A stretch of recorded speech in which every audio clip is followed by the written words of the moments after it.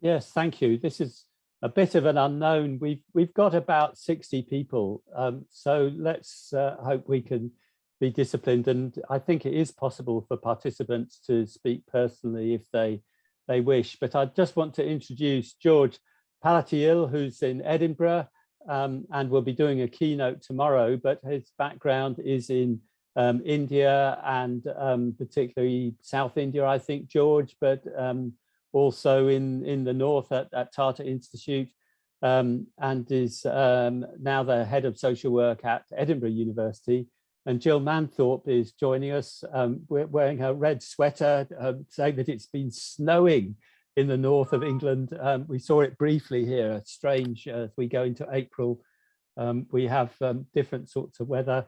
But Jill is the head of the Health and Social Care Research Workforce Research Unit at King's College London, and on the Social Work History Network steering group with me, and has got a lot of experience over this. But we're the panel, and Philip is joining us in the panel as well, but we're looking for others. I'm just wondering if I come to George and Jill to ask you if you have any reflections to start off with on the sorts of issues that have come out. If I go to Jill first and then to George, and then we can get into the questions. Great, thanks David and Philip. I suppose one of the points that I've been thinking about is how we can retain the history of social work, both in terms of people's memories and biographies, but also in terms of the data that may not be very large, but probably is there on paper and not yet in digital forms. And then I also think that for the social work teaching I do, what really inspires people is to see the artifacts, to see the badges, to see the certificates, to see the old textbooks that people read and so on, and about how we can ensure that these things are kept. In England, we have a lot of material from the 19th century and parts of the 20th century, but where we will have the 21st century, I'm not entirely sure. And I think that these things, as well as stories, but evidence, particularly from clients and service users, is so important. We're very worried about confidentiality, clearly, but often the client's voice or service user voice speaks from case records and files. So I think that's room to think about when we think about the history, is to also think, as well as the macro levels, about registration, engagement with the funders, also real individual stories, what used to be called casework, and how important it will be to keep that for our future selves.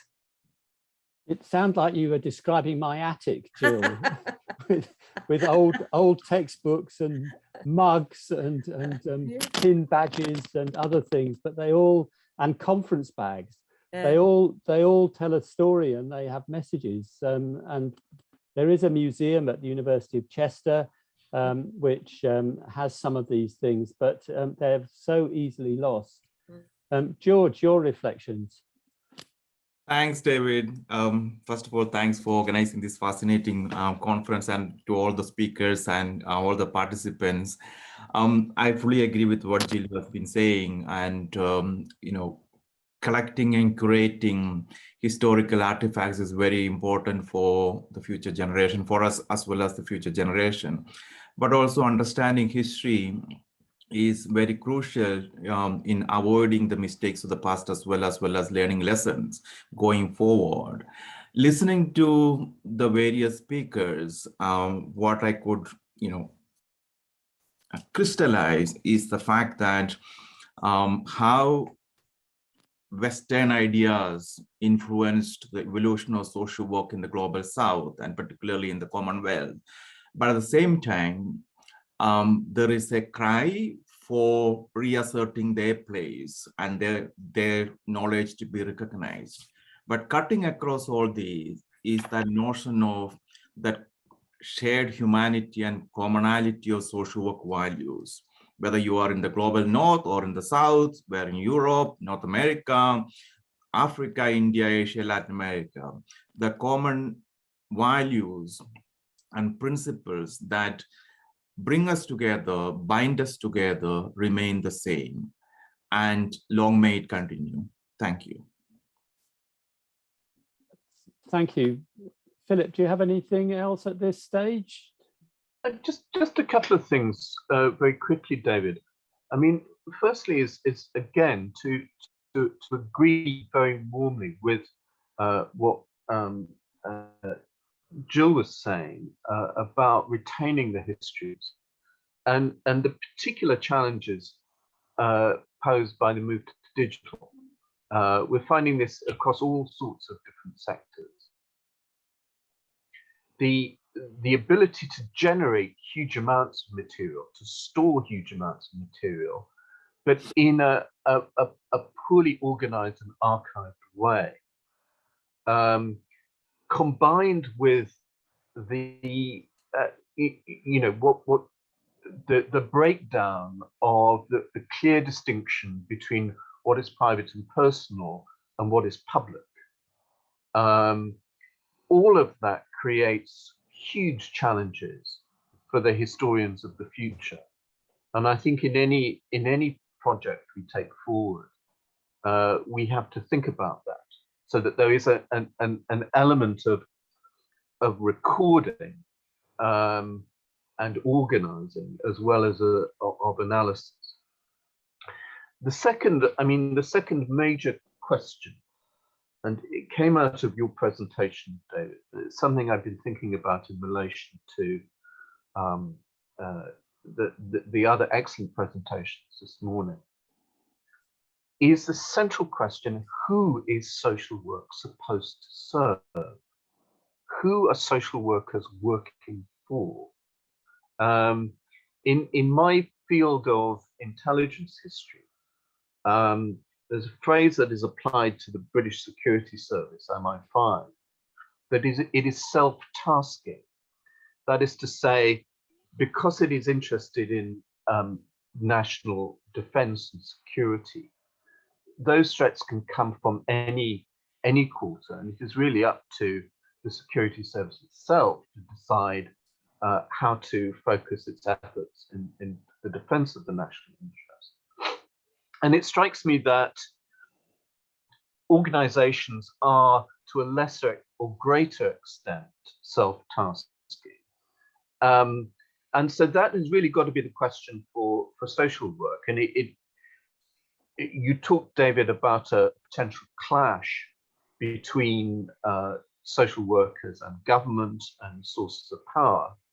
But in a sense, it is government for which social workers are working in those contexts, either local government, central government. If it is not government, if you see yourselves as serving the people, how do you assess who the people are and what their interests are? How do you make that judgment? Do you make it yourself, irrespective of political agendas or political direction? And to what extent is that question, who are we working for, embedded in training and regulation? So I suppose that's my sort of big question from this morning. And I think that would be a familiar question for most of us, and one that's unpacked, needs to be unpacked.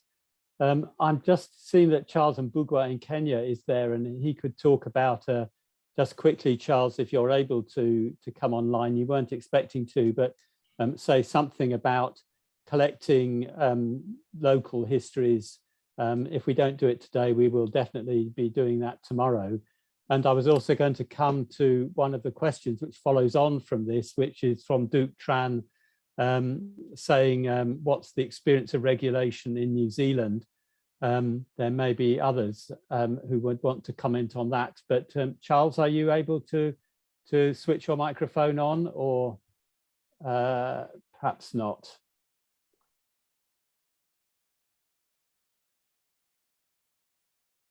Charles, are you there? No, not coming in. Well, Charles is on the panel tomorrow, so we can comment. Just picking up on social work in New Zealand, I know. Hello? David, can I do this tomorrow, please? Jambo, Charles. Yes, Jambo, okay, you can. Yeah, tomorrow. That's absolutely fine. I was just going to say that following the comment about collecting experiences, Charles is involved in a project in Kenya, which is looking at visiting retired social workers and collecting oral histories about their experiences. And we can talk about that more tomorrow. So thanks, Charles. Thank you. Let's pick up on Duke Tran's question about New Zealand, because it is interesting that, and I've met regulators in New Zealand and the association, and the issue of who defines social work and who is speaking for social work is a very live issue and has created tensions in New Zealand. Liz Beddoe isn't with us anymore. There may be other colleagues who are. And who has the legitimacy, in a way, is the big question Philip is asking. Is it the government regulator on behalf of the people? And what if the government regulator is saying things about what it wants the profession to do, which is different from what the profession's own values are driving, or why people came into the job? And that has been an issue in the UK as well. And I know in the United States and possibly Canada, social workers have been thinking, well, were we right to get regulation? We wanted to be like other professions, but actually it's given more power to governments and other people. And are the governments acting in the interest of the people or in the interest of their own budgets and their own policies? And this is a real source of continuing debate and tension. And we're seen in England by the appointments to the board of Social Work England, that there was a social worker, a former social worker was appointed chair and chief exec, but none of the other non-executive members were social workers. And the government really said, that doesn't matter. We don't care. You're actually accountable to the community, and the fact that there isn't a social worker non-exec isn't important. But interestingly, now they have appointed two. So I think they found that in the end, you cannot regulate people without the people seeing they have a voice in the process. So it's a continuing debate. I don't know if anybody else wants to comment on New Zealand. I know Jill has got some experience in New Zealand, and if there's anybody from New Zealand who wants to chip in. Jill? I think all of our countries have got to go through regulation, not only in social work, but in a number of other professions, and see what the whole point of a profession is. And each country probably has to take that path itself. I think from the English experience, we did find the protection of title very, very important when that was applied by government. So that means that nobody can call themselves a social worker. And that is because we were, the profession wanted to maintain its status and its parity of esteem with other professionals. Those may not be the debates that are happening elsewhere, but by and large, protection of title in England in particular, I think was very well received. Whether or not people who use social work services could care one way or the other, I'm not entirely sure. But for many people, it allowed other professions, such as community workers and so on, to claim that territory for themselves too. So probably it's one of those questions that we could debate and spend a lot of history debating that. But it would be interesting to hear from Jeanette, who's got her hand up, I see, David, and who is also involved in some of those debates. Thank you for the prompt, and I see the hand. Jeanette, do you want to come in? And then we're going to move on to Hao Ki Ling's question around Gandhian philosophy, and perhaps involve colleagues from India. If you look at the chat, perhaps particularly to you, Minu. But Jeanette. I was just going to comment on that, really, and just to comment on the loss of what really struck me from some of the other presentations was the sense of community work being integral to social work in other places. And I wonder to what extent that protection of title and that professionalisation has contributed to the loss of community work from social work in England. It's almost completely now focused on individual work. I was trained as a community development worker, and I would argue that we teach very little about it and that work that goes on in the voluntary sector is quite small compared to the way in which, you know, individual work is positioned within the UK. So I think it can be a two-edged sword, really, I'm saying. Yes, I see George is wanting to come in on this. Yeah, thanks, David. Just to add to the notion of regulation, I think this is a step in the right direction, but also it can go wrong, as in any other situations and professions as well, when that regulatory process becomes so bureaucratized and commodified. And as we rightly reflected on, who does social work stand for, represent? And there is a need for us to really develop a partnership between the profession, the people it serves, and the government. Otherwise, what we can see is, you know, what happened in England for that matter, and I think in Scotland as well. I am here in Scotland, so I can only speak about the situation here. And when some of the leadership comes from outside of social work into the regulatory framework, I am afraid to say that their values and ethos that they bring to bear on that profession will be very different from what social work stands for, and it should hold on to. And therefore, that understanding and, you know, co-producing that regulatory framework is very important between different stakeholders, which are the professional bodies for that matter, you know, representing the social work workforce, the service users, as well as the government. It's very different in some of the Commonwealth countries, particularly in India, which is one of the next questions. Thank you. Yes, certainly in a global context, community social work and the community approaches is the dominant model of practice, and the UK is quite abnormal in the focus on individuals, and I think that is driven by government policy more than choice by social workers. Theo had got an interesting comment just very quickly in the chat about how people get to know about theory and methods. I don't know, Theo, if you want to, if you're in a position to chip in and just make your point online. Okay, thanks, David. Can you hear me? Yes. Yeah, I'm just, reading into all the historical parts of development social work, the old publications, when I read, there's always a name and the process, what happens, who's doing what, but I think a lot of current publications are not, and we know about old, the leaders of the past, but the leaders now, who's going to, in the future, who's going to know about them? Okay, so when I start to what you call to write about history of social work development in Malaysia from 1969 until 2010, because that was not written, nobody wrote about that, and nobody knows. Okay, those who have gone through the process, they will know who is who. So that kind of oral history, or has to be written down. So I think that's why I think that that's yes. the point. Yeah.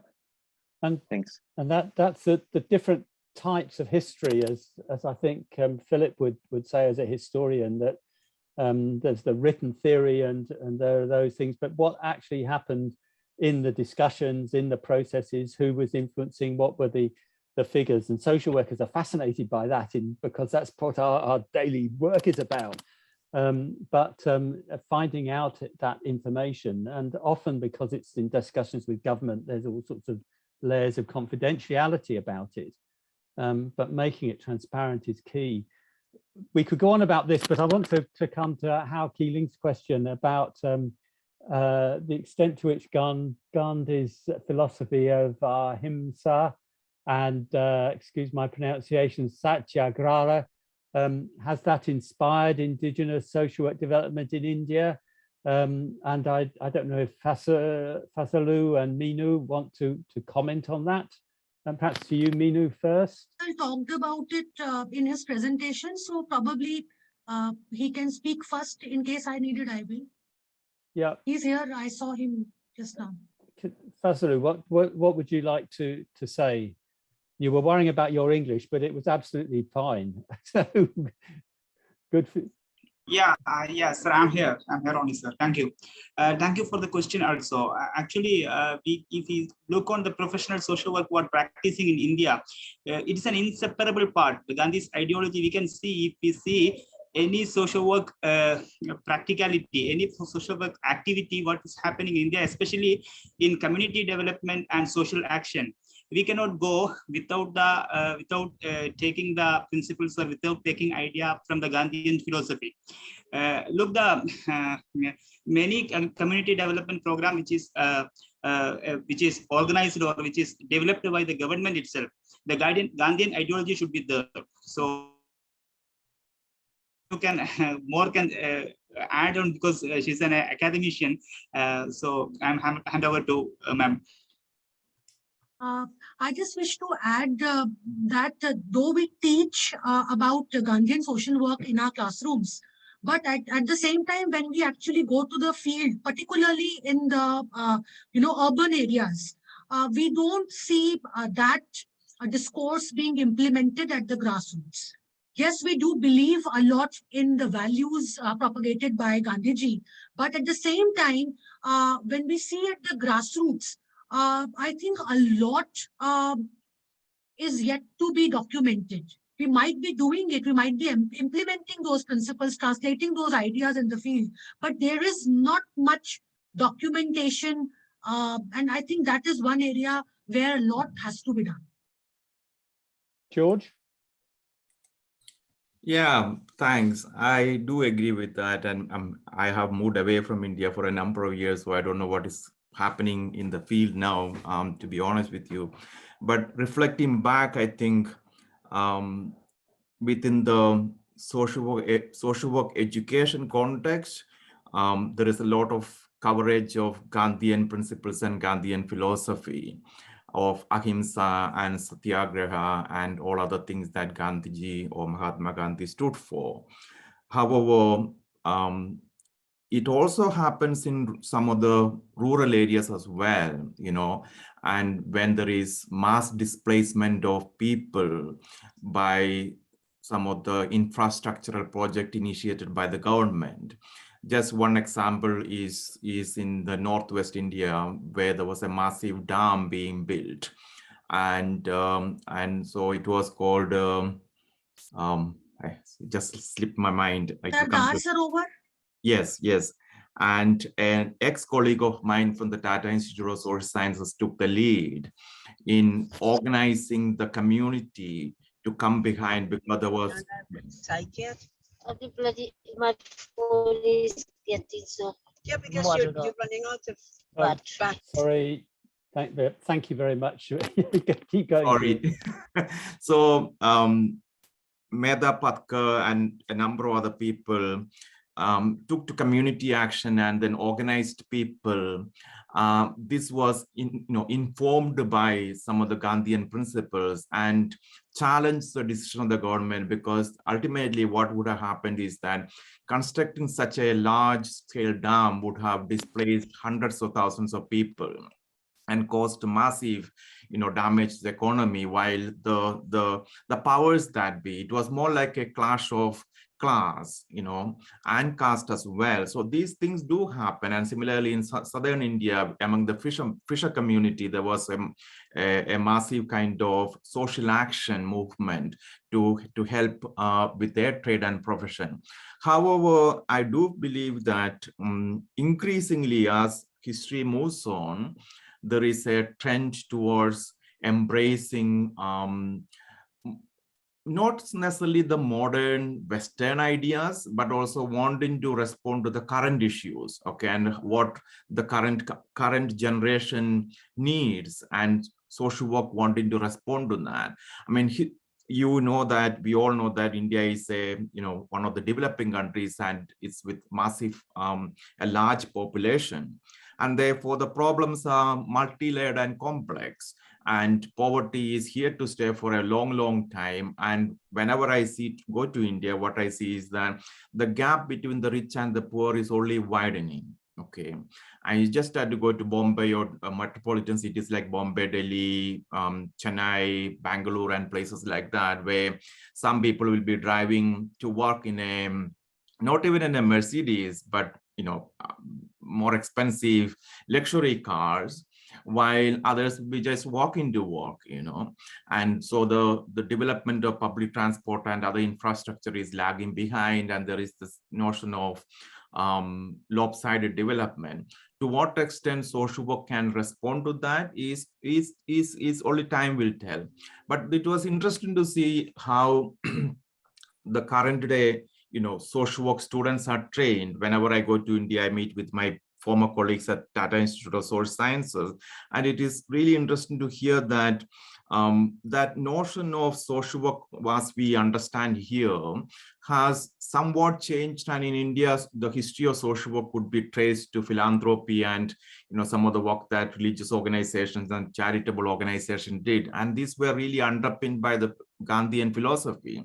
Those things have moved on to more developmental social work, and wanting to help people, empower people. But at the same time, there are limitations of structure, of class, caste, and currently, even if it might look a bit derogatory on my part, the current government's ideas and agenda is somewhat contrary to what some of the social work ideas and values would stand for as well. Yeah, you're in danger of straying into your keynote for tomorrow, George, but encouraging everybody to come back and listen. I mean, there are two strands I might put out. One is we haven't discussed at all managerialism and the impact of those strands across the world, which has been a global trend for the overview of bureaucracies and the application of evaluation techniques and those sorts of things. And what has that done to social work? And the other issue is social work. You haven't seen my keynote papers, David, right? No. Good. Well, we'll come to that tomorrow. But the other question is actually talking about the skills that social workers need in practice to do the work that they have to do. And we often end up talking about policies and structures and those because we can do those things in comparison. But I'm fascinated by what people do when they are with a community, with local individuals. How do they help change? How do we describe those skills, and to what extent are they transferable? And I don't know if anybody wants to comment on either of those or the skills issues. I have been so struck going around the world. You hear different people describing the ideologies which shape and the structures which shape their thinking about social work. But when you look at what people actually do when they're visiting a family or in a community, very often it seems that it's very similar, but we use different words to describe it. And that's an interesting part of the history. Nobody rushing to develop those ideas, but certainly the social work has been shaped by the global emphasis on managerialism and those ways of evaluating public services. Duke, I see you want to put your hand up, and we didn't fully answer your question about New Zealand, Duke, but over to you. That's okay. That's okay. Just on that point, really, I'm still as a qualified social worker from La Trobe in Melbourne. So I'm an Australian practicing in the UK for the past 20 years. The question of regulation is a complex one, and I'm still in two minds about it. In Australia, the Australian Association of Social Workers is a self-regulatory body, really, and we ascribe to our code, and I think that's worked to some extent. There's still a lot of work to be done. My experience and I'd say that the good thing about it is, or the positive thing about it is that you then have the flexibility of interpreting what well-being means to individuals in the context of the cultural community or the social milieu that they are in.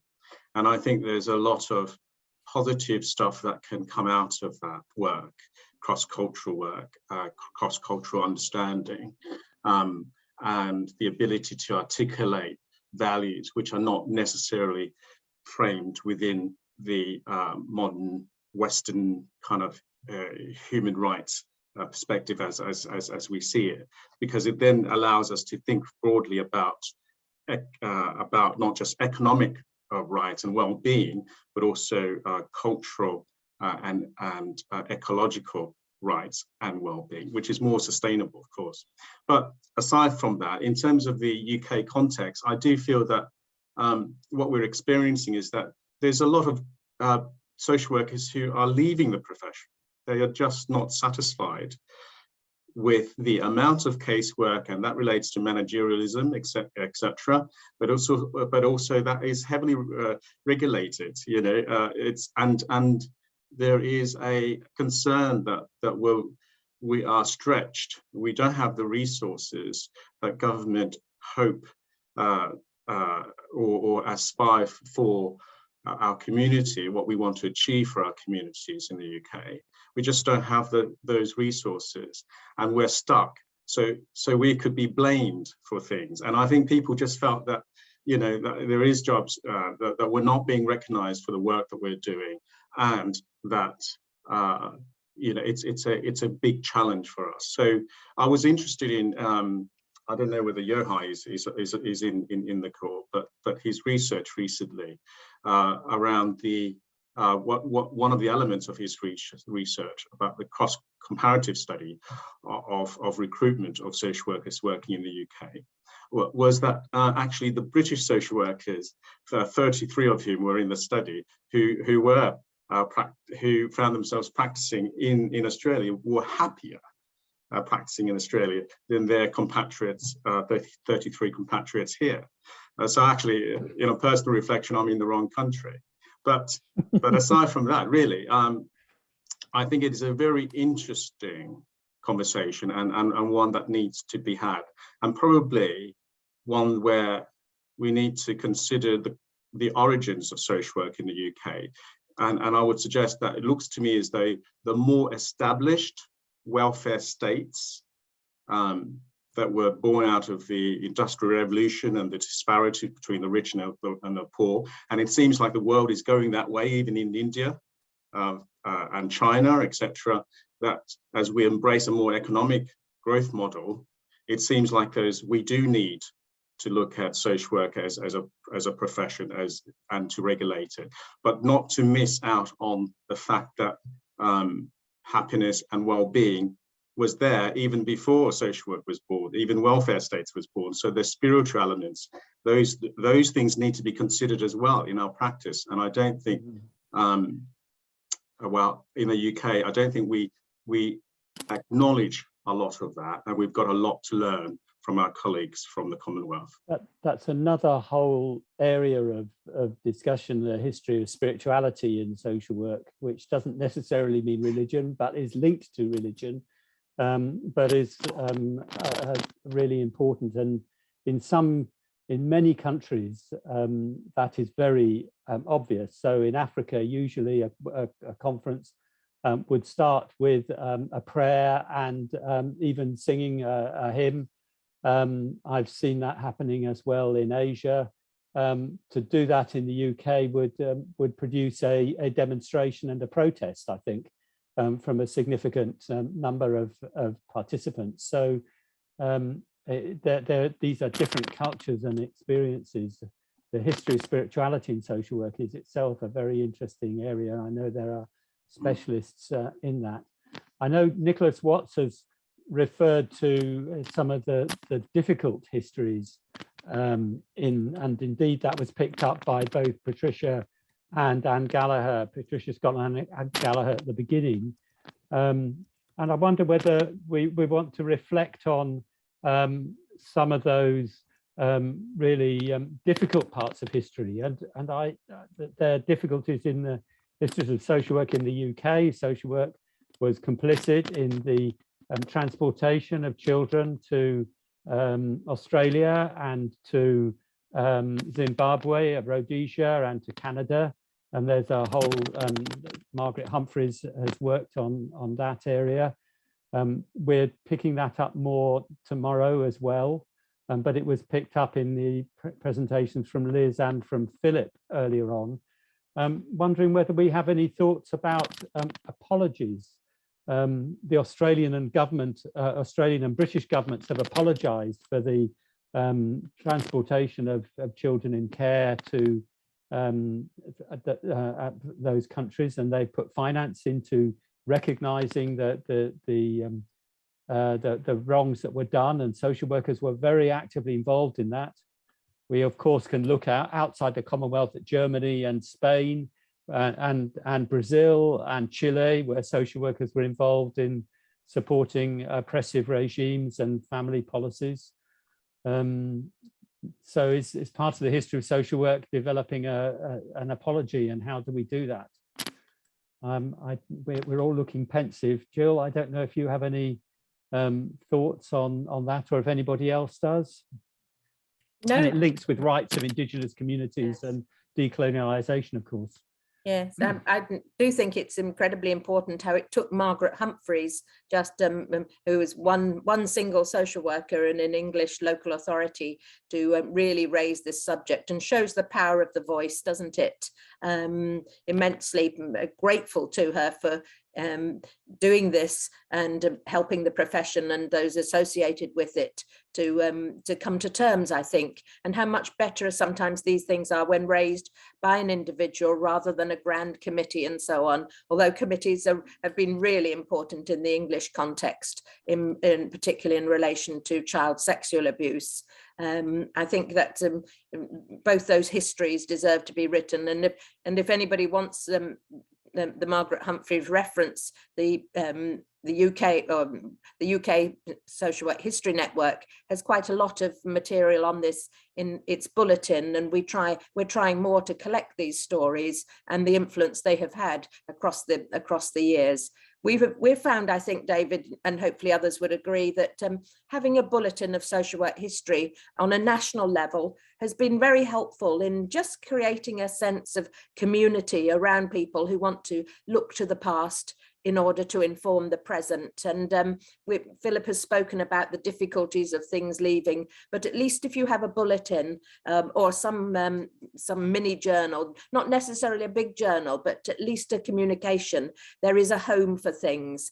And I think that has been tremendous. Our colleagues in other professions do this, and perhaps on a grander scale, but if anybody would like to be sent and go to the mailing list for the bulletin of the of the UK Social Work History Networks group, do say so, and we'll gladly send it to you, and look forward to receiving contributions too. Yeah, thank you, Jill. And I've put the link to the website in the chat. The Social Work History Network has, thank you so much for raising that, and I mentioned it at the beginning, but it's very important, and it has an international network. There isn't a membership as such, it's an informal grouping, but if you look at the website, I've put the link in the chat, or Google Social Work History Network, that will come up, and it's hosted by Jill's unit at King's College London, and there's all the back issues of the bulletin are there.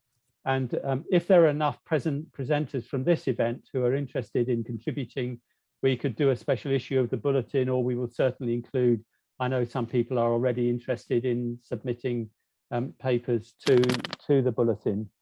Nicholas, I don't know if you want, Nicholas Watts, if you want to come in with your question around, I see you're coming in there. Good to see you. Thank you. Nicholas is the chair of the Independent Forum of Commonwealth Organisations, which is an informal network. COSWA is an active member of that group.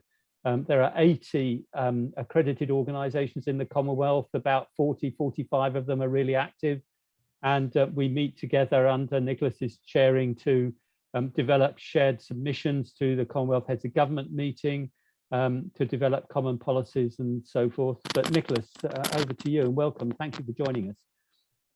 It's been a pleasure, David, and I would like particularly to pay my respects to yourself and Philip as organisers for getting stuff off to a 7 a.m. UK start with respect to the need to include and make meetings open to colleagues in the subcontinent and the Pacific. I think that's been excellent.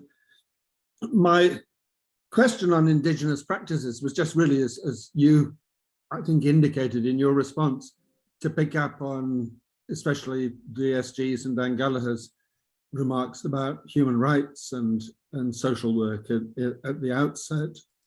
And I don't think New Zealand has yet apologized. I know that there have been requests for apologies from New Zealand, but I'm not a social worker, so I don't know the detail of how the family separation issue was dealt with in and by New Zealand.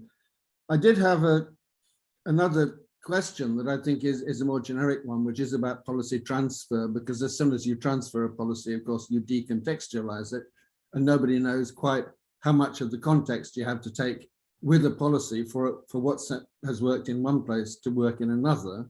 But I would just have been interested to know what the communications networks might be between social workers who are dealing with issues, say, around residential schools in Canada and family separation in Australia. And I'm also aware of the different sort of social groupings or castes or whatever in India that might mean that there's a different way of framing this issue in India. And I'm extremely conscious at the moment of the fact that in the UK, we've got the impoverishment of a large section of the population, which one couldn't talk about as, you know, they're indigenous British, but in Britain, so they can't be separated. But there's also that question of the new poor in large parts of the world. But I think the bigger question is policy transfer and learning. Interesting question. Thanks very much, Nicholas. And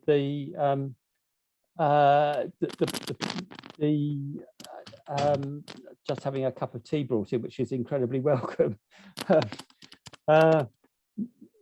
Yes, anybody want to comment on the knowledge transfer? Perhaps, sorry, I was just saying there have been formal inquiries into some of these practices in Australia. There have been issues around child abuse in Canada and in several countries, including the UK. I just throw in my concern, knowing the international experience, that in the UK, there's been a very strong policy. It's now less strong, but there was a very strong policy that children who came into care should be adopted if at all possible. So they have settled, they should be settled and have a secure home, which of course is important for children. But it was the case that there was an increase in adoption while the support for families was going down. And I said that it was likely that we would be, social work would run the risk of being accused of stealing the children of poor people to give them to wealthy people for adoption. And that's not to be critical of my colleagues working in these fields, but it's a consequence of the policy. And people said to me, oh no, it's not like that at all. But now we're just seeing, in the last few days, we've seen similar sorts of comments made and challenges being raised. And this illustrates how social work is so affected by policy and what is there to be done. But policy transfer, I don't know whether, Philip, you've got any reflections on, from a historical perspective, on the possibilities of policy transfer, and is it ever successful?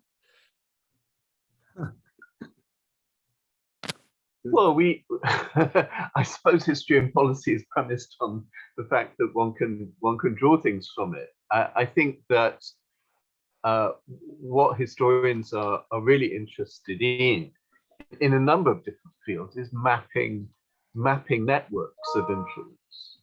I mean, I've been involved in supervising work, say, on police training in the Commonwealth, and you can see not just a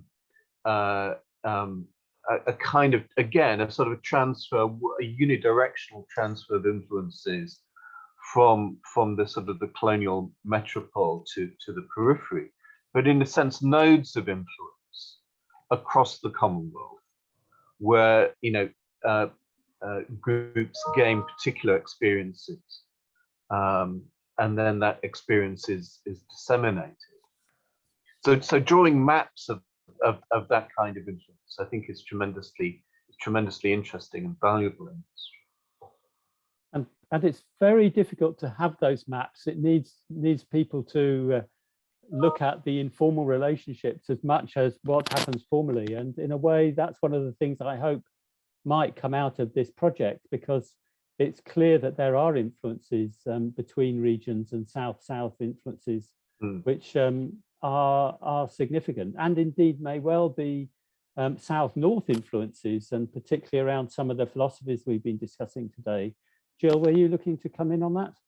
I was just thinking that Liz Beddoe commented earlier on how family group conferences have spread, but very much changed in their translation. So any map would have to be quite three-dimensional to capture the change in the DNA of something like family group conferences as it spread throughout the world, not only to English-speaking countries, but to Scandinavia and other places as well. So a very interesting point about maps, when they can be take that into account, isn't it?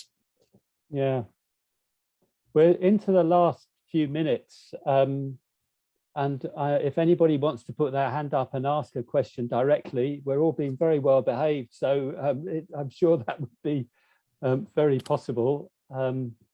I'll go round the panel and ask for some final comments. Obviously, we're moving into another day. Tomorrow afternoon in the UK time, we're focusing on Africa with several presentations, including a very interesting presentation from Linda Kreitzer and Genestic Twizirik from Makerere University, around the history of social work in Africa, and particularly during the 60s and 70s, there were some active networks of academics in Africa, which then folded, and all their knowledge and records and debates were lost, but have been rediscovered.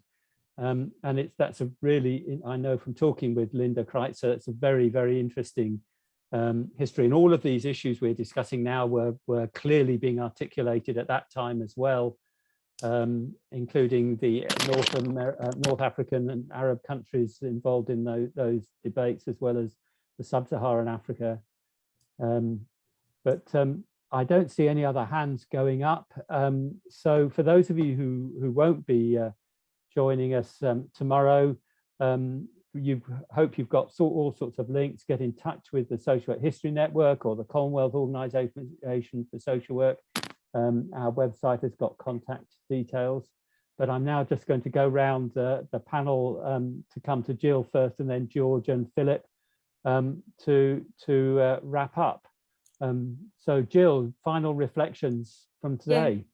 Yeah. I think today has pointed out how much we have probably missed a lot of international exchange over the past 2 years, for absolutely blindingly obvious reasons, of course. But we value so much our visitors from other places. So as travel hopefully does restart between academic research and practice communities, please do pick it up. It's incredibly life enhancing, isn't it, to both visit places but also to have visitors to come and talk about their work with us in person.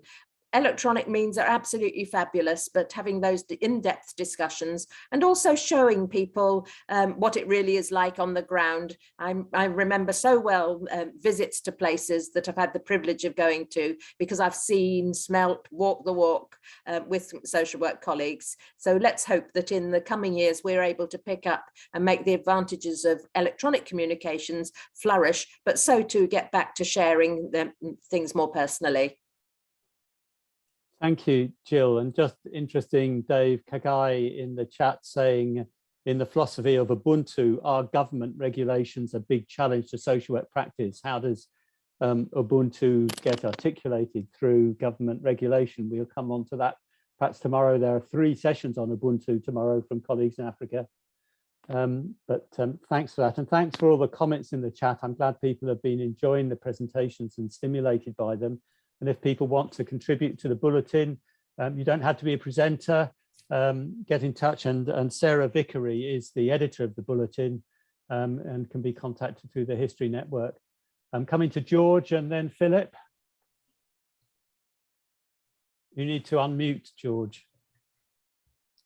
I was the same earlier on, and that's the first time we've had to say that this morning. So it's been a long day, right? Yeah. Sorry, thank you. Yeah, very interesting. First of all, I just want to stress the fact that if at all possible, I know the time difference and some of the challenges, but if you're able to join us tomorrow, you're more than welcome. It's been a really interesting day listening to the range of perspectives and papers.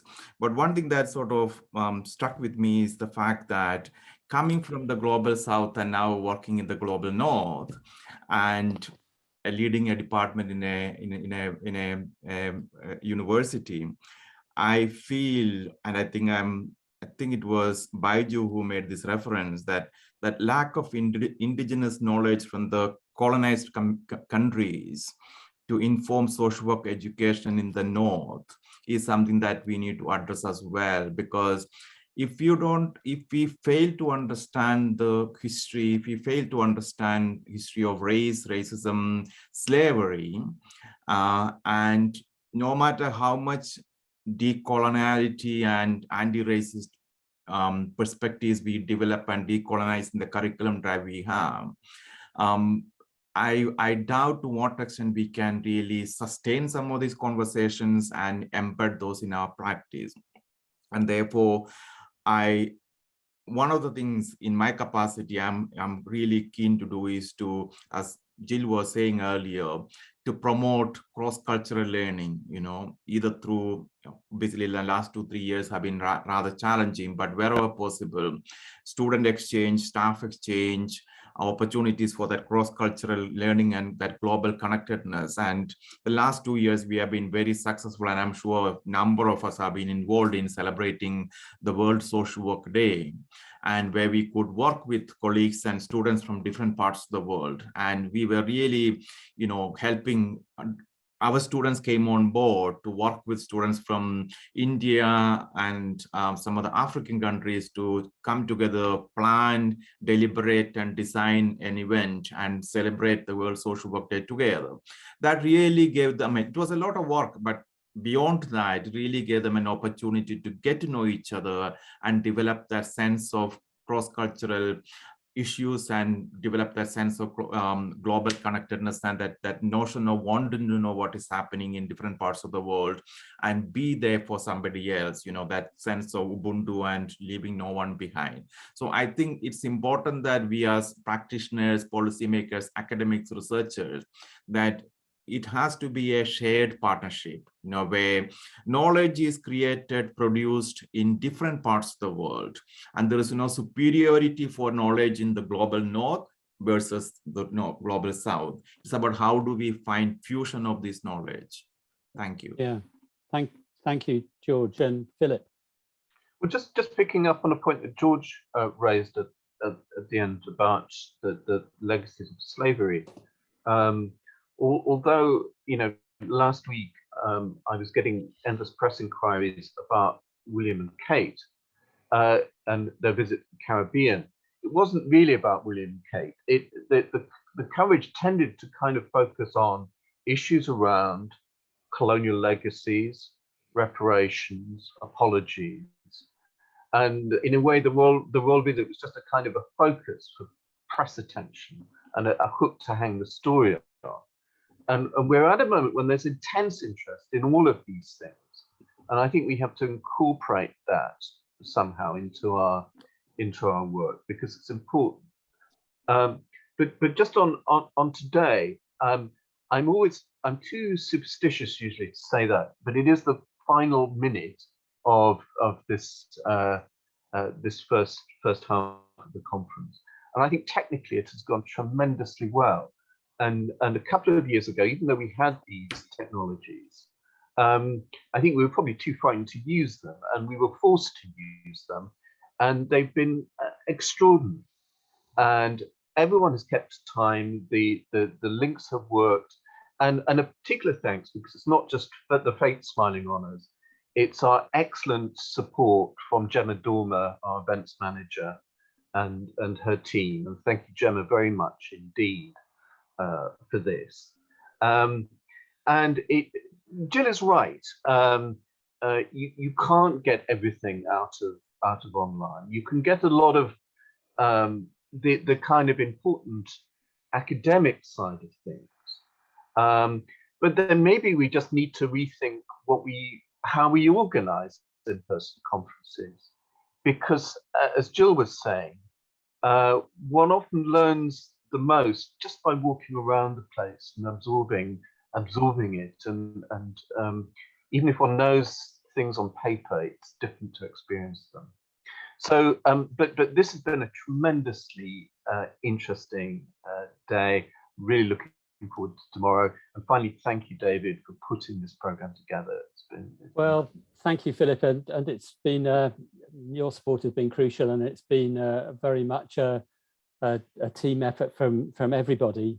And just remembering when we had the first discussions about forming the Commonwealth organisation for social work, as Teo said in his presentation, that started with Malaysian social worker Anthony Tan, and we had a meeting in Sri Lanka. The old Commonwealth countries were the associations of social workers from the old Commonwealth countries were very suspicious. Why do we want to be involved in this colonial enterprise? We want to be as far away from it as possible. That was in the UK and Canada and Australia. But our colleagues in Africa and Asia said, look, let's get real. We share a lot of those histories, whether we like it or not. We do share language. We share common law in many cases. We also can benefit financially. So let's get on with it and not worry about the angst, understand the issues, but work together. And 20 or more years later, we're still going, and really a fantastic diverse partnership, which has come through in this webinar. So I've put in the chat the link to the People's Summit, which is happening in June, July, coordinated by International Federation of Social Workers with the Schools of Social Work and UNRIS, the United Nations.